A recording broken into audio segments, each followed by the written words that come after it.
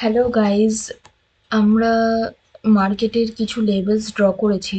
সেই লেভেলস অনুযায়ী মার্কেট যদি এই ট্রেন্ড অ্যাঙ্গেলটাকে ব্রেক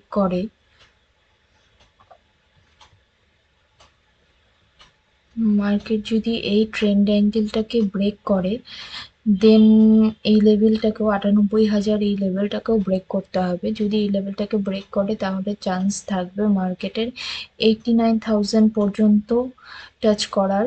অ্যান্ড 89,০০০ যদি ব্রেক করে তাহলে চান্সেস থাকবে 80,০০০ পর্যন্ত মার্কেট টাচ করার।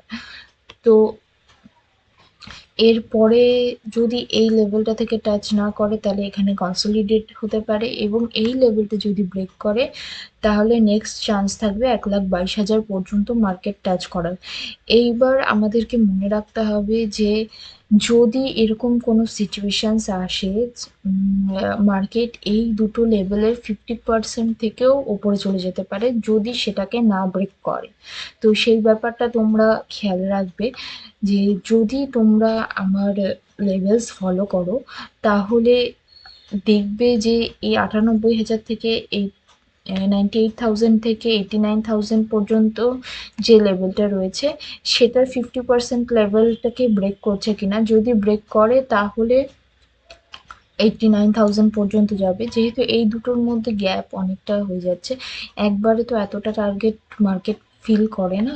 তো মার্কেট সর্বোচ্চ 3,000 পয়েন্ট ফিল করে ওয়ান টাইম।